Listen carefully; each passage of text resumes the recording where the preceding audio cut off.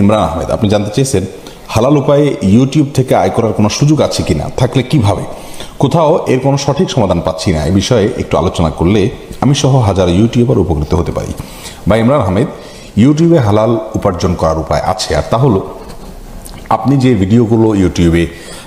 Share করছেন বা post করছেন, আপলোড করছেন, সেগুলোতে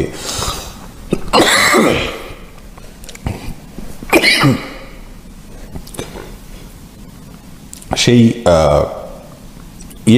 ভিডিওগুলোতে যদি আপনি ভেতরে কোনো অ্যাডভার্টাইজ দেন, কোনো কোম্পানির অ্যাডভার্টাইজ দিলেন অথবা আপনি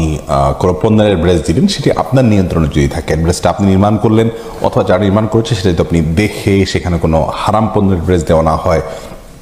সেখানে হারাম কোনো কিছু প্রদর্শিত না হয়, তাহলে সেটি জায়েজ আছে ইনশাআল্লাহ বিদিনা। আর এছাড়া